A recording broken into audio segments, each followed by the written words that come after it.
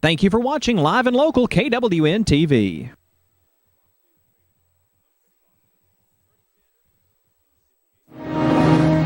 Welcome to Sheriff's Talk, a public affairs program of KWN TV7. Join us every week as we talk various aspects of law enforcement and how important it is for the citizens and law enforcement to work together. Now join us for another edition of Sheriff Talk on KWN Live and Local TV Channel 7.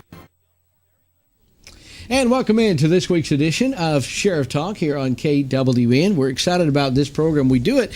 We try to correlate this time with these officers coming in to kind of get us ready for the last holiday in spring, the first holiday in the summer, and all the different activities that will be coming up. Today on the program, we're going to be talking a lot about outdoor safety and hunting safety and boater safety and fishing regulations and different things around the tri-state area. So we welcome to the program. We got Corporal Elmore, who is with the Law Enforcement Division of the Department of Natural Resources.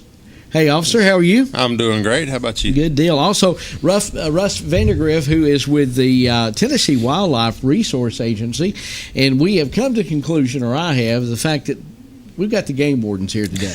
I think that is probably, different states call different things, but the game warden is probably what you'll at home most represent these officers are being. They have the authority out hunting and fishing and boating and just everything outdoors. Everything out there. So we're excited about having them here. We're just before the kickoff of the Memorial Day, and they call that, I guess, like Labor Day is the last official day of summer, holiday. The first official holiday of summer is Memorial Day that'll be coming up. So we want to talk about some hunting safety and boating safety and fishing regulations, and how old I got to be before I can get a ticket if I'm fishing here or this, that, and the other.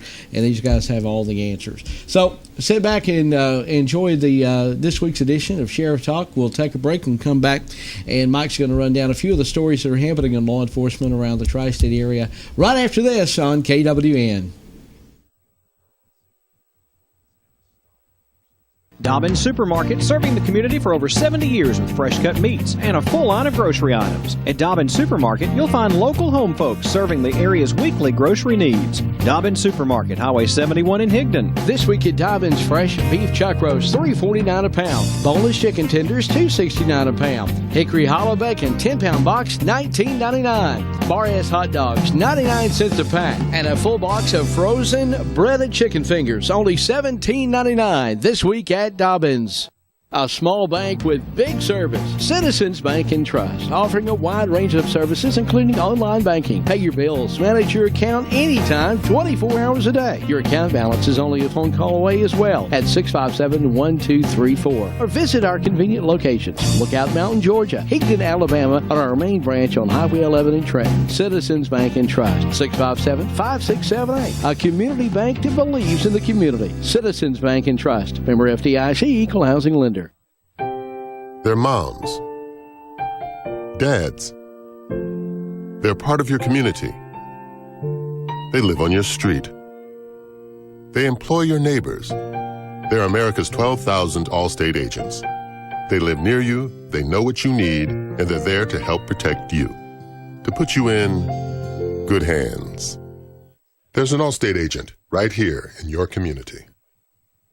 Randy's Country Kitchen, open at the foot of Sand Mountain on Highway 136 West in Trenton. Open Monday through Thursday, 11 to 9, Friday and Saturday till 10, and now open on Sunday, 10:30 to 3:30. Don't miss the regular buffet every day and the famous seafood buffet on Friday night, 4 p.m. to close. Pizza, strombolis, and roasted chicken. Still available at Randy's Country Kitchen. And delivery is available too at 657-5330. Randy's Country Kitchen, Highway 136 West, at the foot of Sand Mountain in Trenton.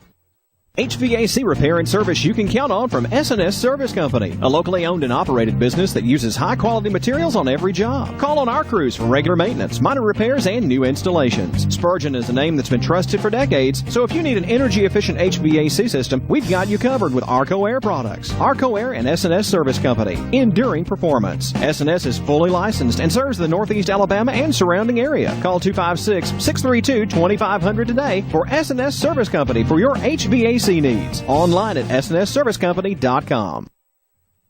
Reading, writing, and arithmetic, all about Dade County schools. Monday nights at 9 Eastern, 8 Central on KWN TV.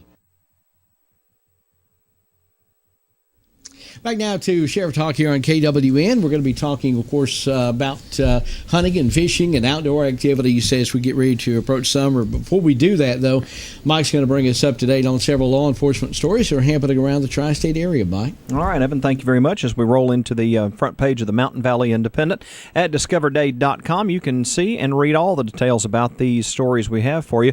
The Drug Task Force here in the county arrested a Dade County man on drug charges back last Friday. It happened on the 13th. Sheriff's deputies were called out to a Gas Drive residence by a resident himself asking about a civil matter. Now, while on the scene, deputies did see an array of drug-related objects in plain view there.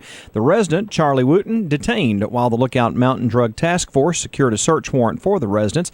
And once they got it, officers recovered a stolen firearm, a quantity, that is, of methamphetamine and marijuana, in addition to multiple Schedule IV pills, as well as drug-related objects, including marijuana and methamphetamine pipes, much of which you see on the right hand of the article there in the picture. Now, Wooten was taken to the hospital while the Drug Task Force secured a warrant for his arrest. Sheriff Ray Cross did make the statement that they're still pushing forward on the war against drugs in Dade County. He said the pressure is on to the dealers and the users, and he says they're going to catch up with them. Other stories in the Mountain Valley Independent you can follow right now, including DeKalb County Sheriff Jimmy Harris bringing the hammer down on what's called kratom at this point. Now, last week, Senate Bill 226 in Alabama outlawed kratom. It was signed by Governor Robert Bentley. It's commonly sold in a bottle at about just a small amount. In fact, it's shaped, kind of looks like the 5-hour energy supplements in convenience stores. They also come in a pill or powder form. DeKalb County Sheriff Jimmy Harris, there in the center of the picture, said his department became aware of about a year ago that it was being sold in convenience stores in DeKalb County. Now, Drug Task Force agents in the area did purchase some of that. They ran some tests on it and found they didn't have controlled substance in it, but there was no arrest that could be made at that particular point in time. But by the time the sheriffs and the district attorneys all over the state began processing this out, well, it became outlawed as a drug. Drug Task Force agents began about this time last week visiting convenience stores, giving them notice about taking the drugs off their shelves. The biggest problem they have now is that their distributors will not retrieve them. However, according to Sheriff Harris, store owners can contact law enforcement. They will come and get it for you. Store owners are losing large amounts of money, according to the sheriff, due to that, but at least they're getting it turned in and off the shelves, according to a statement made by Sheriff Jimmy Harris. And 2 Gadsden men were found shot. One stabbed, one shot in DeKalb County after a domestic incident that happened on Saturday. Their sheriff's office there receiving that call from the Fort Payne area. Late on Saturday, deputies arrived there to find 33-year-old Matthew Lucas of Gadsden with stab wounds. Lucas was taken to DeKalb Regional Medical Center by the DeKalb Ambulance Service and then on to Erlanger in Chattanooga. 40-year-old Horace Whitaker of Gadsden found in Collinsville in his vehicle with gunshot wounds. Now, he was taken to Huntsville Hospital. As of today, both Lucas and Whitaker are in stable condition. As we know, that's of Tuesday. Whitaker was the estranged husband of the female owner of the residence where officials were called to. They report the situation will be investigated as a domestic violence incident, and it's an ongoing investigation where all of the evidence will be turned over to the district attorney's office for review of pending charges. And we'll, of course, keep you up to date with updates from DeKalb County on that in the Mountain Valley Independent. You can see that in full color anytime at discoverdade.com. We'll go back out to the desk now with Evan Stone. Well, you still got that up, Mike. I don't know. Do we still have the Officer of the Year picture up there? Hold on a minute. I may have taken that down. Okay. And normally we leave stuff up for a week or so. I don't think if it's so. Still there or not. I do not. No. All right. Okay. Good deal. We have the Officer of the Year here with us today, Officer Corporal Elmore with the the Law Enforcement Division of National Resources. Congratulations, by the way. Thank you very much. Thank you. And the Trenton Dade Optimist Club and the Fraternal Order of Police every year get together and honor law enforcement. Kind of have a ceremony for the fallen law enforcement officers that have died in the line of duty over the last year, and of course also celebrate the officers of the year from the various departments. And Officer Elmore was their pick of the litter, as they say. Well, I was pleasantly surprised. There you go. Well, but I just want to say thank you to the Optimist Club and the FOP and all the other officers. I mean, it's hard to call out one specific person when all of us, we're all here doing the same job, just wear different uniforms. Yeah, none of them I'm no better than any of those other guys and ladies that were nominated. Very good. It was a matter of fact. We have the Law Enforcement Appreciation that we're going to be airing here on KWN TV in the coming days. So you'll be able to watch the full ceremony, and it's a rather moving ceremony. We had a couple of families that are actually from fallen officers in the state of Georgia that were actually attendees, and the honor guard from the Georgia State Patrol always does a great job coming up and presenting the colors and the bagpipes and I think we had 10 this year that actually died in the line of duty, that they laid roses out in front of and lit candles in commemorative of their life, and of course their passing in the line of duty. So anyway, that'll be coming up here in the next week or so here on KWN. Right. Going to take a quick break, and when we come back, we're going to talk about summertime and outdoor activities. Stay with us as Sheriff Talk continues around the tri-state area.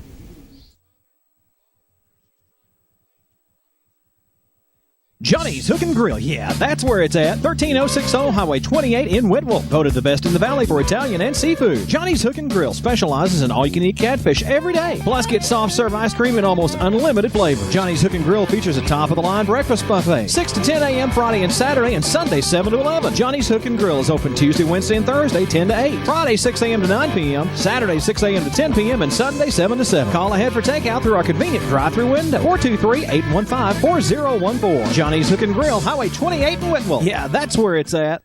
Tennessee Valley Net, your local provider of fiber optic high-speed internet. TV with over 200 digital channels available. And phone service with lots of extras. Fiber optics from TVN is expanding to many areas. Call and see if TVN is available in your area. 706-657-4367. Or log on at tvn.net today. Bundle and save on fiber optic high-speed internet, digital TV, and phone service. All from Tennessee Valley Net. 706-657-4367. Online at tvn.net. The Moore family name has built a legacy of trust, compassion, and peace of mind by standing with families during time of loss. Now in our 70th year, the Moore family commitment grows even stronger, from affordable, traditional services to cremation. Our experienced staff stands ready to follow through on you and your family's wishes. Since 1945, the Moore family of funeral homes, North Sand Mountain and Trenton, always dedicated to those we serve. Summertime is almost here, and Glass Farm Nursery, 4.5 miles south of Trenton on Highway 11, has exactly what you need as we head into summer. Right now, get Leland Cypress, regular $12.99, now just $9.99 each. 3-inch new gold lantana, regular $3.49, now $2.99 each. And a great selection of summertime hanging baskets available right now at Glass Farm Nursery, your late spring and early summertime headquarters. 4.5 miles south of Trenton on Highway 11. Open 9 to 6 Monday through Friday, 8 to 2 on Saturday.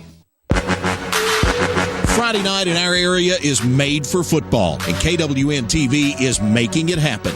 Every Friday night, join KWN TV as we present a Friday night football game of the week, highlighting games from the 2015 season from all the local teams we cover. Make your plans for football on Friday nights with KWN TV's Friday Night Football. Friday nights at 9 Eastern on KWN TV.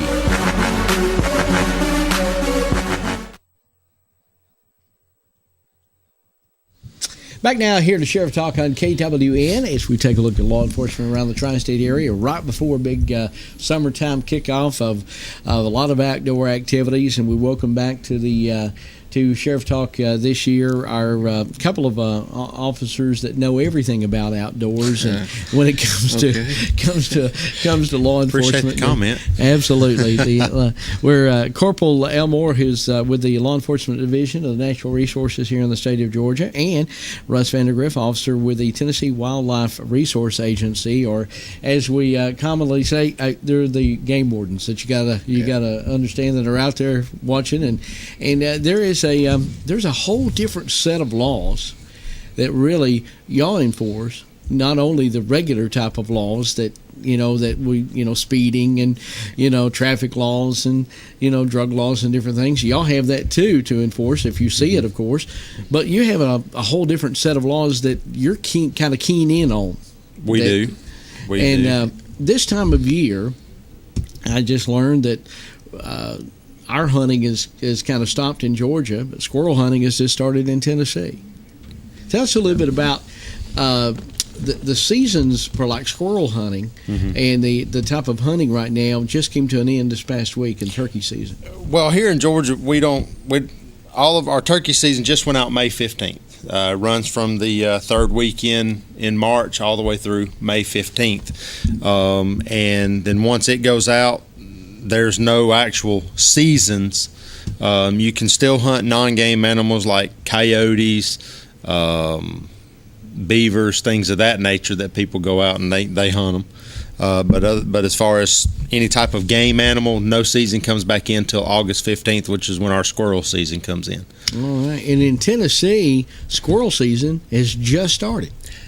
The spring squirrel season. We have a spring squirrel season that just started, and it'll run until about the first part of June, the middle of June is when it closes, and then it opens up again in August also. Most states, especially the southern states, are pretty similar in their season times, and but the spring squirrel season, they started it several years ago just to give the extra opportunity for the hunters to go out and harvest some squirrels when there's an abundance of squirrels out there in the spring.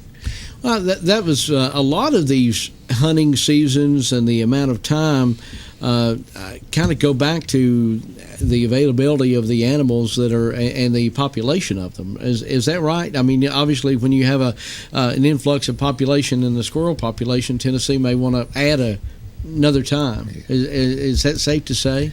Yeah, it's constantly in Tennessee. Our seasons and bag limits are constantly changing, and usually the season, like the spring squirrel season, they'll raise litters about 3 times a year, and this is a one time a year that they have an abundance of extra squirrels, I guess, out there, and our commission, they can raise and lower the bag limits as they need to from one year to the next, according to the population, and that's on any species, and it's been changing consistently the last few years on deer. Not really because of the population, but I think it's because of maybe some hunter opinions and maybe wanting bigger deer, and also they are changing, I guess, our own population because we are allowing more doe harvest and stuff too. So it's constantly changing with us. Is similar in Georgia, constantly changing? It is a little bit. We're on an every 2-year cycle where the board could change a regulation or something like that. Of course, it takes legislatively to change the laws. But normally with our seasons, most of the time, it's actually during the breeding seasons. And same thing in Tennessee with turkeys and deer, and those are the main things that people hunt.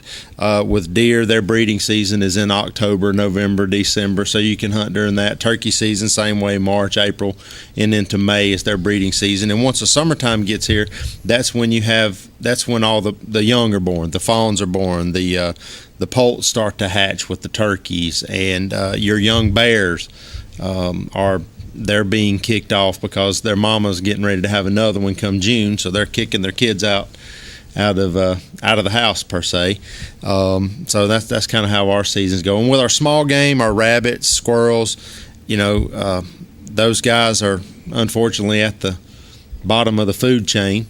So they, as Russ said, squirrels produce every 3-4 times a year. Rabbits, I think it's about every 8 weeks they start to reproduce. So there's abundance of those, so they have those seasons there.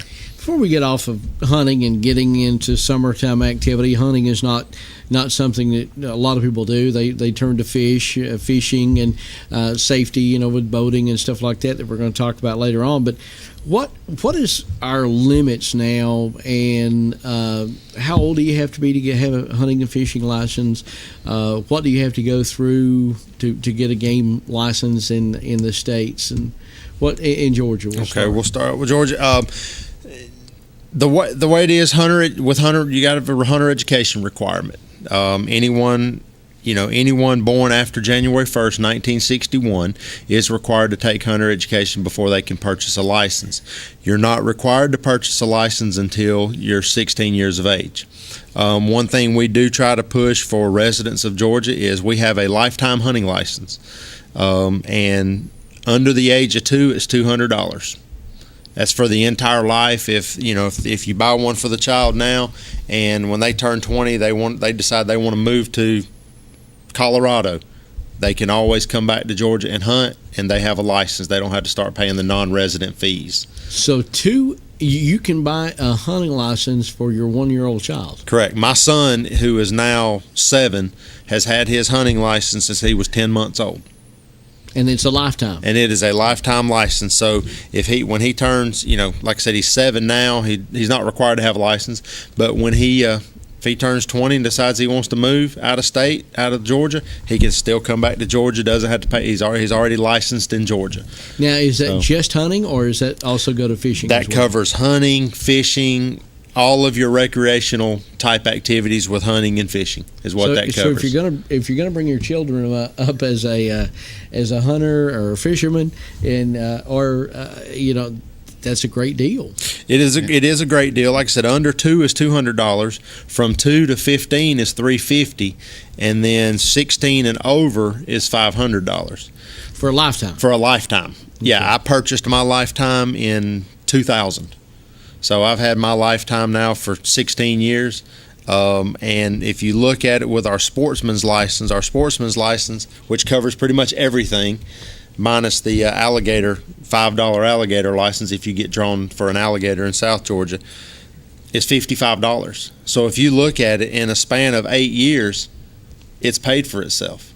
So, with $55 a year or a lifetime of $500. For $500. Right, and it's hard. I understand it's hard for people to come up with $500 at a time to do that, but it's something that we try to push and get people to purchase, to help hunters, because hunters are a dying breed. And I know they are in Georgia. The number of hunters over the last 30 years has drastically gone down. The age group where the majority of your hunters are going to be what we would call our baby boomers. So those that are in there, from the 70s down to mid 50s or so, late mid 40s. That's where our largest group at. When we think our largest group ought to be down in our 18, 20-year-old range, trying to get people out hunting, enjoying it, because it's a heritage that I've done it for 30-something years, and I think we need to pass it along. Well, a lot of people are not spending time outdoors. They're not. They're spending time on their games and their cellular devices, and it's not good. I can remember, rabbit traps and, squirrel rifles, and, when I was a kid, but you don't hear a lot of people talk about that anymore. And we couldn't wait for this first snow to be able to track that rabbit. Right. Not on the hunt. Now, not on the hunting side. Of course, some of the things we're going to talk about later on with fishing and all that. Fishing numbers, that's up. Okay. But as far as hunting goes, it's we're on the way down, but we need to keep it going. Same in Tennessee? Yeah, it's very similar in Tennessee as far as the numbers. The hunting is down. I don't know if there's a lot of other activities out there for the young people to be involved in now. but also it's the loss of the land that's open to hunting too. I mean, back when I grew up, and there's all kinds of land that was open that a landowner would let anybody hunt that wanted to, that just asked. There was a lot of public land, but in Marion County, I know we have lost several thousand acres of public hunting land that is either sold and developed now, or is just maybe a private hunting club where maybe 20 people hunting on it, where 30 years ago or 20 years ago there was maybe 100 people hunting in that area. So I think that has a lot to do with the hunting numbers being down. But and also Tennessee has a lifetime license for the children that's 2 years of age or under, or 3 years of age or under. It's like $200. I just purchased my grandson. He just turned 2, and I just purchased his lifetime license. And it's, like I said, it's a great investment. If they ever think they might want to hunt or fish, you can't beat it. Now, Tennessee's other licenses are quite a bit more expensive than Georgia licenses. It's all because of the way we are funded. Tennessee is solely funded through hunting and fishing license sales. We don't have any general tax money or anything like that comes in. It's maybe a special tax on hunting and fishing equipment. We all get that, but general tax money, we don't get any of that like some of the other states do. So our licenses are quite a bit more expensive. The adult sportsman's, or the adult lifetime license, I'm thinking it's close to $1,900 now. Oh, wow. And they just had a major increase last year. It's the first one. What's like a year? Our sportsman's license for 1 year is like $166. It just went up quite a bit. But that's hunting and fishing of everything. Yes, right? that was hunting and fishing of everything. So resident or non-resident? That was resident. The non-resident is around $300 now. So what about like fishing? And we're going to talk more about fishing and summertime activities here in a minute. But what about fishing license in Tennessee? Non-resident and resident. Our fishing license for the resident is a small game hunting fishing combination. That's for the statewide license. I'm thinking it's around $33 is what it went up to. So it's still reasonable. And yeah, that's for a year. Yeah, that's for 1 year. Right. Ours start the first day of March and expire the last day of February every year. Okay. So, and the non-resident, I believe it went up to around $50. That's still not. If you're going to do a lot of fishing, that's probably, that's probably not an astronomical amount of money. What about in Georgia? Probably a lot cheaper than a ticket. I'm sure. Yeah. I'm sure. In Georgia, our fishing license for a resident is going to be somewhere around $12.50 to $13, and a non-resident, I want to say, is somewhere around $25 to $28. I think. As far as I'm aware, Georgia is probably one of the cheapest for non-residents when it comes to fishing and hunting and things of that nature around the southeast. One of the biggest things, and we'll try to, before we go off the air, kind of let you know where all three, Tennessee, Georgia, and Alabama, where you can go find out all this information. I know that each state has their own website where you can find all this. And to get a hunting license now, most of the time you go to the website. You do. Everything in Georgia now is online. You can still go to a licensed agent. There are very few of those anymore. But all they're doing is going on the internet and doing the internet work. Right. Is how they're doing it. So the easiest thing is you can actually do it by telephone and get a temporary authorization number that will cover you for the day that you're fishing or whatever. Then you can print out your license later, or you can. Most folks have a smartphone these days, the iPhones and the Samsungs and the Androids and all that.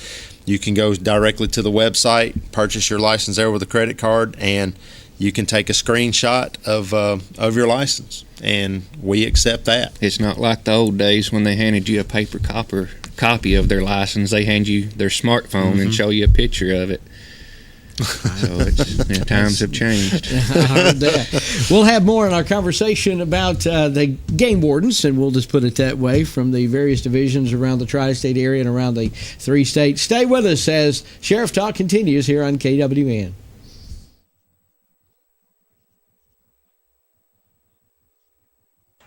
How you begin your day is important.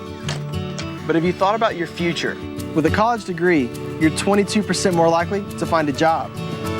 And, on average, increase your starting salary potential by 57%. One of the top nationally recognized community colleges can be found right here in your area. With a beautiful and safe campus, fully integrated with technology, an affordable education is accessible to you. Begin your future at Northeast Alabama Community College. At Gross Furniture in Trenton, Georgia, you get the savings, the selection, and the satisfaction of getting the furniture you deserve at the prices you want. Come in, relax, and take your time. Our staff can assist you with the entire process, from expert advice to professional delivery. That's because Gross Furniture is local and treats you with honesty. Just north of the Courthouse Square on Highway 11 in Trenton. Gross Furniture, the home furnishing store that offers you more. Morningstar Dry Cleaners, your local dry cleaners, located at 57 Crabtree Street, right behind Dorcrisp Realty in Trenton. Morningstar Dry Cleaners offers a drop-off location for after hours and pickup service for businesses. We wash, dry, fold, iron, press, dry clean, and yes, we do alterations too. Now under new ownership, Morningstar Dry Cleaners. Open until 6 p.m. Monday through Friday for your convenience. Call them today, 657-3685. Morningstar Dry Cleaners on Crabtree Street, right behind Dorcrisp Realty in Trenton. Senator Jeff Mullis, a conservative who gets results. As state senator, Jeff Mullis fought for our religious freedom, strengthened the Second Amendment, and protected the unborn. Senator Mullis voted to pass substantial tax cuts on our families, kept Georgia as the #1 state to do business, all while maintaining a balanced budget. Now that's results. On May 24th, vote for a conservative with a record of results. Vote for Senator Jeff Mullis. Hey everybody, bacon is back at Little Caesars. Pizza, pizza. That's right, it's Little Caesars Bacon Wrapped Crust Deep Dish Pizza. Our 8-corner pizza topped with pepperoni and bacon and wrapped in more than 3.5 feet of bacon. Get a large today for just $12. Little Caesars Bacon Wrapped Crust Deep Dish Pizza is available all day. And it's available hot and ready from 4 until 8 every day. Little Caesars, Highway 136 West in Trenton and 411 Kimball Crossing in Kimball. Romans Mobile Homes can help make the dream of home ownership come true. Come by and see our on-the-line selection of manufactured homes, or sit down with us and let us custom design your top-of-the-line constructed manufactured home. With names like Cabco and Clayton, we can design anything from 1 to 6 bedrooms, shingle or metal roof, finished drywall, and more. All our homes come with central heat and air, including a heat pump. Financing available, and prices include delivery and setup. See us today at Romans Mobile Homes, 2019 Highway 136 West, just west of the four-way stop, top of Sand Mountain. 706-657-8807. Romans Mobile Homes. Join us for the Radio and TV Classified, weekdays at 9 a.m., 8 Central on KWN TV. Back now to Sheriff Talk here on KWN TV, visiting with Corporal Elrod, who is Elmore. Elrod, I don't know where that came from. Elmore came with the Department of Natural Resources, and of course Officer Vandergriff with the Tennessee Wildlife Resource Agency. They are our game wardens, and you may have come across these gentlemen from time to time if you're out and spend a lot of time outdoors, either hunting or fishing. Guys, I want to ask, fishing. There is, how old do you have to be to have a license? And then we'll get into some more questions about fishing, or where I can fish without a license, where I can't without, that type of thing. So how old do I have to be to have a license to fish in the state of Tennessee or Georgia? In Tennessee, when they turn 13, they got to have a license to hunt or fish. So anything under that, you can fish free anywhere in Tennessee. We were discussing earlier about private versus public. Unless you own the land in Tennessee and are fishing on your land like a private farm pond, that's the only time you wouldn't have to have a license in Tennessee. So basically anybody 13 years of age or older that don't own their own facility. Yes. And their own property. Now, you say your own, like your immediate family would qualify? Yeah, it goes from the owner all the way down to, depending on what activity it is, down to the great-grandchildren that are dependent great-grandchildren. But it would have to be, an uncle wants to remove his first cousin. Yeah. He's over here fishing. He'd have to have a license. Yeah. Okay. Yeah. All right. So it's basically just the immediate family. Mom and dad, the kids, the grandkids, and the great-grandkids. It's a straight family tree, I guess. Yeah, that that's the way it is. To do that. So you have to have at least 13. Yeah, when you get 13, and then as far as fishing, that's you just need a general. We have different types. We have the annual license that we discussed a while ago that are.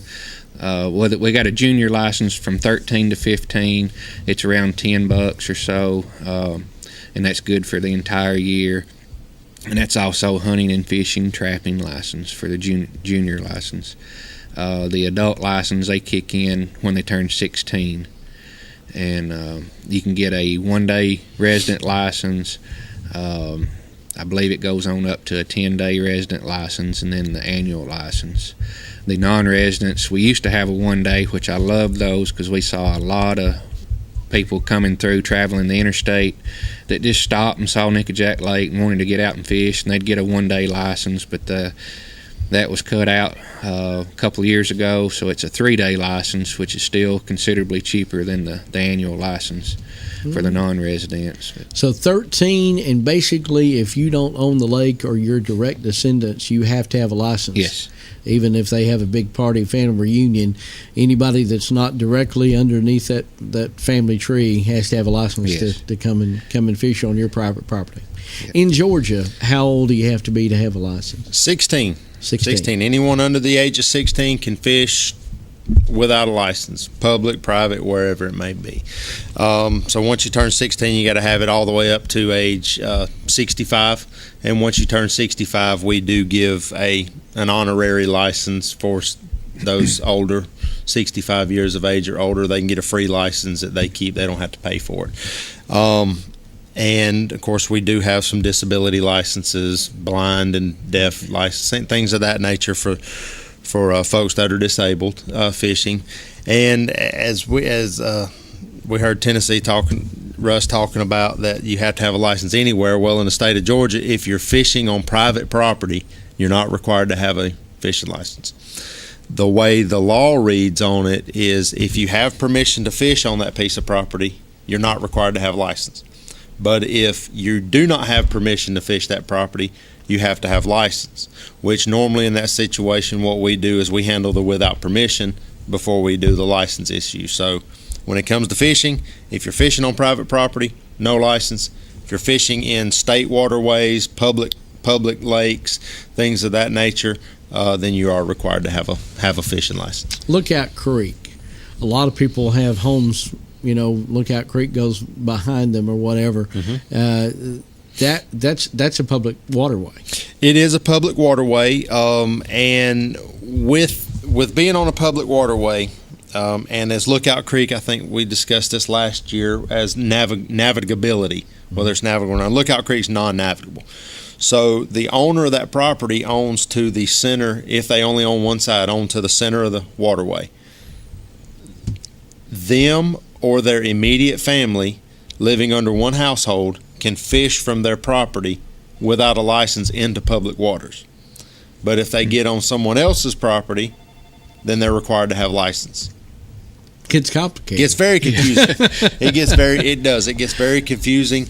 When you're casting out, make sure don't try to get the limb on the other side.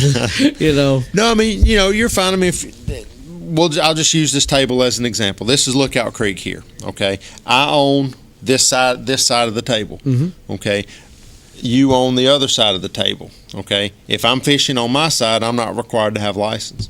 But if you say, hey, Sean, why don't you come over? We're going to have a cookout today. Let's go fishing. If I'm fishing on your side, I would be required to have a license because Lookout Creek is a state waterway. But, when it comes to fishing license, I mean, honestly, we're fairly lenient on it, and use a little bit of common sense. Well, that is good. I think most officers would well, you know, if you're out there and you know, obviously you're not trying to do anything other that would be considered illegal. You know, and we're going to talk about boating safety and the laws that surround that coming up. But so basically, you know, if you own the property, you can fish on it, and if you're you know, if it's a private, like if you have a lake behind your house that you stock, and you can invite anybody over if you give them permission. Correct. So what you're going to do if you come up in the evening somewhere and you see 2 or 3 people fishing, first of all, you can stop them and talk with them if it's on private property. Correct. You're going to find out, do they have permission by the homeowner? Correct. Or if the homeowner has called you, hey, there's some people down here fishing at my house. You know, obviously, you know that you could ticket them if the homeowner didn't give them permission. Correct. Yeah, and normally on private lakes, I know in Georgia, that's the way we work. Is if we check a private lake, 99.9% of the time, it's checking to make sure they have permission to be where they're at. Be able to do that. Now, and there again, we want to be. It is different in the state of Tennessee.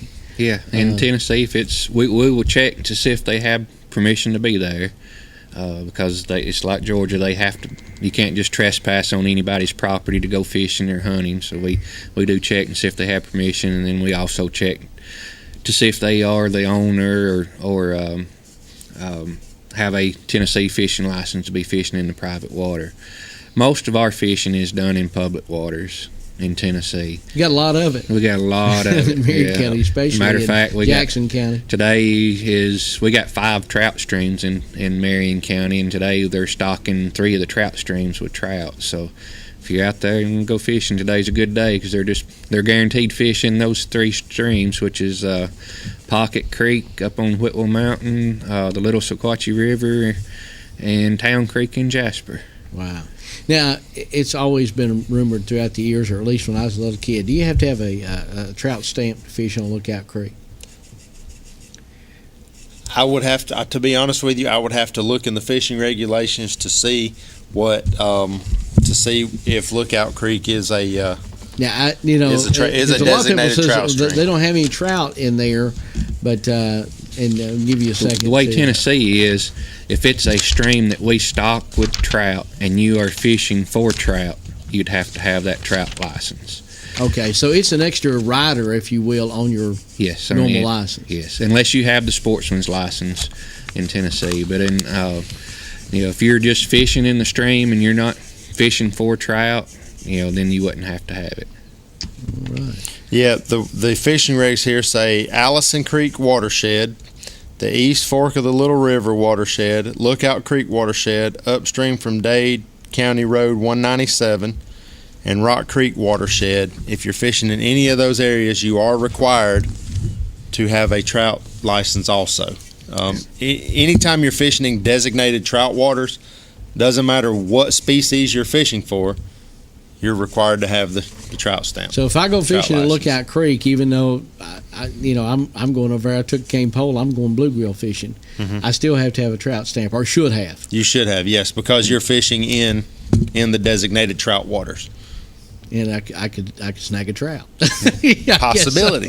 I guess so. See, I'd always heard that, and I never knew if that was actual. So now we do know. You got to have a trout stamp, and Lookout Creek and several other. Where is the location that we can find these? I notice you have of course, I'm sure this is yours, but where can you go online to find this information about Georgia?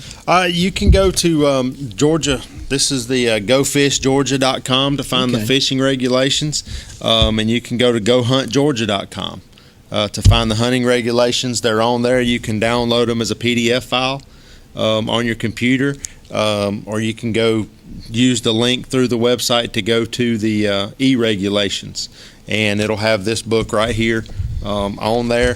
Normally when these come out, you can find them at pretty much any of your sporting goods stores. A lot of times we'll drop them off at convenience stores, Walmart, and different places like that. Tennessee's got the same. Most states have their own fishing and hunting guides, and my old partner that retired a few years ago, he says fishing has gotten so complicated now, you just about had to be a double briefcase toting lawyer, as he put it, to go fish on the stream bank. But I like that. I know each state. I go down to on the coast in Georgia and do a little fishing every few years, and I have to read their regulations and study up on them, and that's what we always recommend each year. Our fishing guides come out in the spring prior to the spring fishing season. The hunting guides come out in the fall because they do change. Yeah, things changes, and you got to study. You got to know where you are, what you're fishing for, and what the regulations are. And even in Tennessee, I just a couple of weeks ago, I was fishing in a place I'd never been before. But I sat there and I studied the fishing guide before I went in there to make sure I was legal. So, you got to really, really look at it. Well, that's interesting. Learning a lot of information today. We were talking about summertime activity, of course. Memorial Day kind of kicks off the summertime activities around the tri-state area, and lots of it. We got a lot of waterways. And when we come back, we're going to kind of talk about some safety precautions that you can that you need to, and also some laws that are just as valuable when you're on a boat as you are behind a wheel. We'll talk about it coming up as Sheriff Talk continues.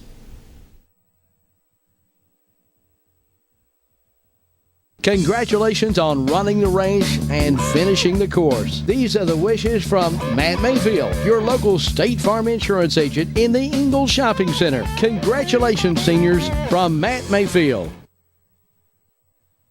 Hey, Barn, Aunt Bee don't get around as good as she used to, and she's in need of a lip chair. Well, Andy, you gotta nip it in the bud. Comfort Gallery has catnapper lip chairs in stock with free delivery and setup. Catnapper reclining sofas in leather, designer fabrics, and even camouflage. Catnapper rocker recliners starting at $269. Hey, Andy, I just been over to Comfort Gallery. They also have England sofas by Lazy Boy. Queen-size pillow top mattress sets now $299. King-size sets just $399. Is that a fact? Surprise, surprise, surprise! They now have free 1-year layaway and 6 months same as cash. And listen up, Andy. For the credit challenge, they now offer no credit check payment plans. Located in Kimball, Tennessee in the Old Hills building. That's Comfort Gallery Mattress and Furniture, open 7 days a week. Y'all go by there and see Gary. Comfort Gallery, 780 Main Street in Kimball. Free delivery and setup, 90 days same as cash, and easy payment plans. Open Monday through Friday 9 to 6, Saturday 9 to 5, and Sunday 1 to 5. Telephone 423-837-3000.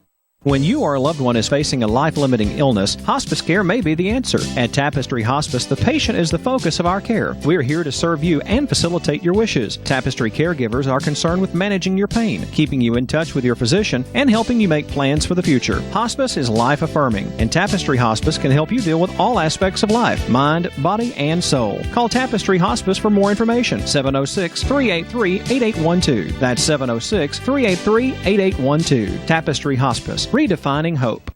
The educational process takes time and commitment. This year's graduating class has shown you certainly have used your time wisely. Our wishes and prayers for a prosperous future go to you from Brother Nick Forshey and the congregation of the North Georgia Worship Center. Ted Rumley, more than just a commissioner, he's a dedicated Dade Countyan. County Executive Ted Rumley has guided this county through floods, tornadoes, and an economic downturn. Ted Rumley has been out in front of the current industrial growth in Dade County. Let's continue clear, proven, conservative leadership. Re-elect Ted Rumley as Dade County Executive on May 24th. Remember, early voting in Dade County begins May 2nd. Paid for by the candidate.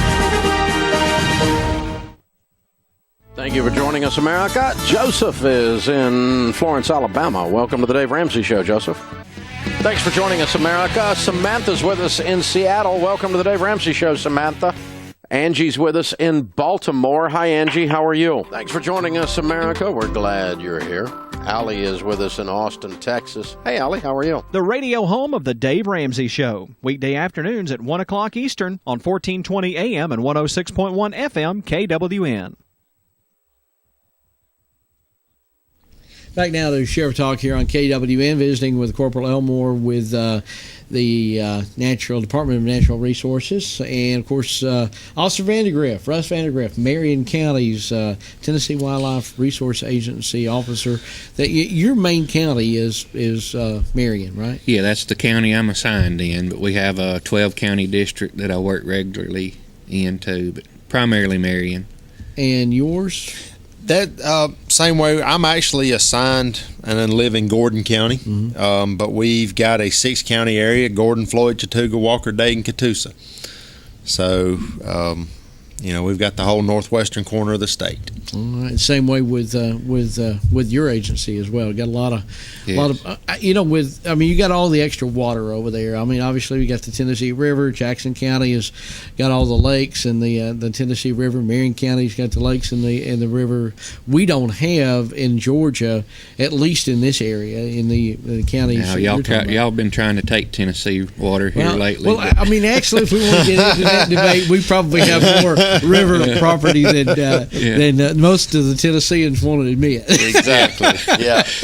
I'd be glad to give you part of that. I'm actually glad they've kept it. Give it about 10 more years, and then you can give it to us. Yeah, that's kind of funny because I think it's just making a little bit light of that. I don't think anybody in Tennessee disputes the original line. They just thinking, well, that's way back then. We don't need to go back and doing that. I think it's kind of funny. If not, you would have part of the Tennessee River there at Nickajack.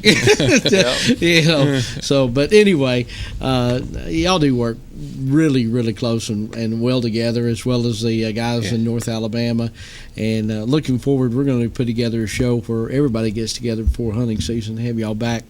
Let's talk a bit about safety. We got boating safety and Lookout Creek. I mean, I see people in canoes and boats and here locally, and of course big boats in the Tennessee River down to a flat bottom boat, which I've always been a little bit leery being a flat bottom boat in the Tennessee River because you're a small fish in a big pond, and I've seen some big boats come through. I think that's probably a little bit dangerous on its own merit. We probably have more smaller boats than we do the larger boats, and of course in the main river channel the large boats come through, the barges and the tugboats come through, but we do have overall more small boats on the Tennessee River. Just a general recreational fishing or boating activity on that. One thing that I'd like to remind people with the Memorial Day holiday coming up is the safety equipment that you need to have on your boat. Something that is, it's not relatively new. It's been about 6 or 7 years, I guess, since it's passed, is mandatory boater education for anybody that's born after January 1st of 1989. You have to have a boater license to operate a boat now on public waterways, and those individuals will be probably in their mid-20s. I guess they could be on up to that age now. So, but we see a lot of that. Most everybody's been relatively good about getting that class. It's offered at all 3 public libraries in Marion County. In South Pittsburgh, Jasper, and Whitwell. You can go take an exam and get your boater ed license. Life jackets save lives. I think I looked earlier and we had, I believe it was 15 boating fatalities last year, and they estimated that at least 9 of those probably could have been saved if they'd been wearing a life jacket. A life jacket for every person. Every person on board has to have a wearable life jacket that fits that person. You couldn't, someone my size, you wouldn't want to have a child's life jacket for, or vice versa. You wouldn't want to, especially wouldn't want to put a child in an adult-sized life jacket. You have to wear them? If they're under 12 years of age or under in Tennessee, you got to have it on at all times. Other than that, you don't have to unless you're in a dangerous water area like right below Nickajack Dam where they generate and have the floodgates. Everybody has to wear one if you're within the dangerous water areas. Similar in Georgia as far as life jackets? It is. It is very similar. Most of the states go based on Coast Guard regulations. and the states mirror those laws. And as Russ said, with Tennessee and their boater education, we also have a required boater education, but our birthday is January 1st of 1998. That recently came to light a couple years ago with the death of Kyle Glover on Lake Lanier. Was killed in a boating fatality. That was Usher, the musician. It was his stepson. So anybody talk about boater education, anyone born after January 1st, 1998 is required to take boater education. We do sometimes offer these classes, but you can actually go online and do it. We'll offer the class, and my history with the class has been we offer them, no one shows up because they can do everything at home. And you can do it all online. Of course, it costs a few dollars. I don't know exactly what it is, but you can find that information at goboatgeorgia.com. And with life jackets, as Russ said, you're not required to wear them unless you're under the age of 13. One other thing with that is it doesn't matter what type of vessel you are in. If you're in a kayak, if you're in a canoe, if you're on a tube floating down Lookout Creek going from point A to point B, you're required by law to have a life jacket. You don't have to wear it. Try to do that in the tube. You get with those, you're just going to hold on to one. That don't make a lot of sense. So put the life jacket on. Put it on. Really, in this day and time, why wouldn't you wear a life jacket? I know they're a little cumbersome, but it just makes good sense. You never know what's going to happen. And in my 21 years, I've never recovered a drowning victim with a life jacket on. We've had some below Nickajack Dam that were actually wearing life jackets, and they were boating when the floodgates were open, and they got pulled up into the floodgates, and it actually ripped the life jackets off because they weren't properly zipped up and secured, or maybe even properly maintained. They were in bad condition. So, the laws concerning boating, as far as influence, drinking and drugs and things are, just because you're not driving a car doesn't mean you can get out and do whatever you want to. Correct. In the state of Georgia, which I think is the same in Tennessee, it is a .08. Yes.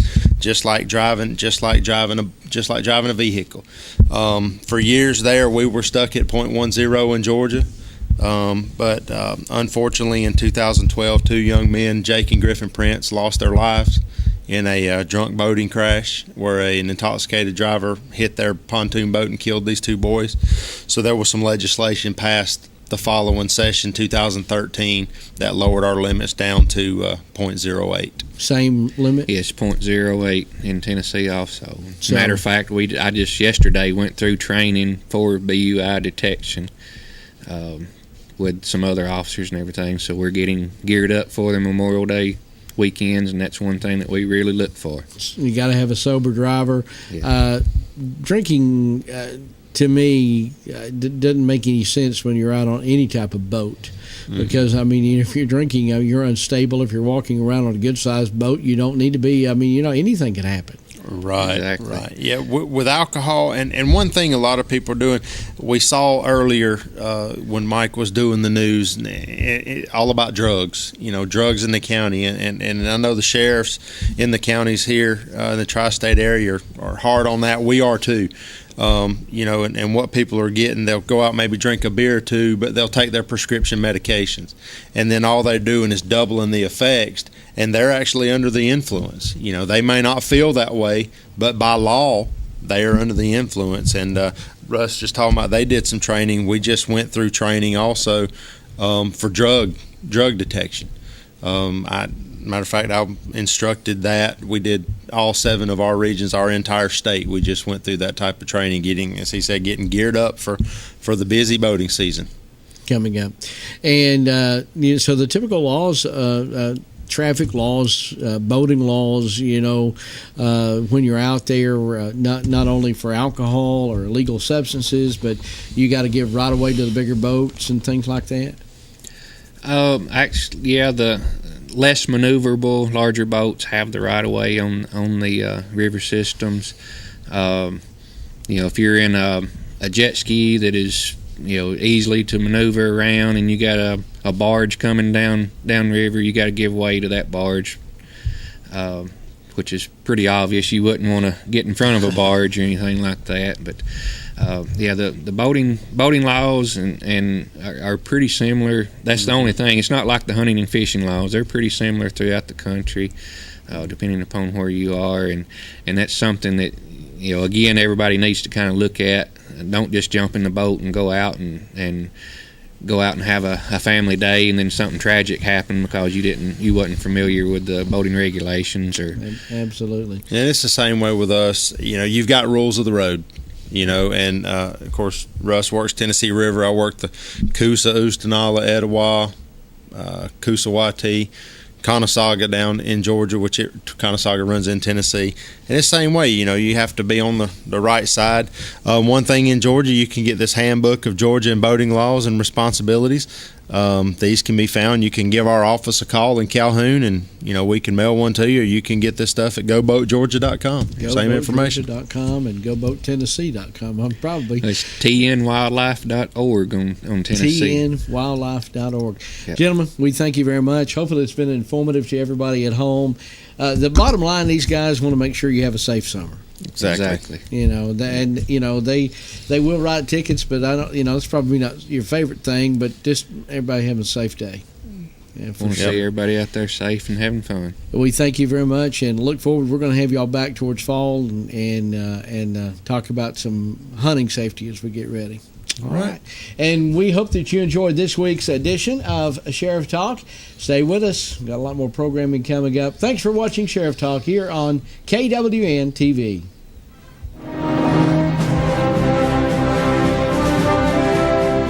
You've been watching Sheriff Talk, live from the studios of KWN TV7, all around the tri-state area, as we give you information that you can use concerning law enforcement. Join us again next week for another episode of Sheriff Talk, a public affairs program of KWN TV7.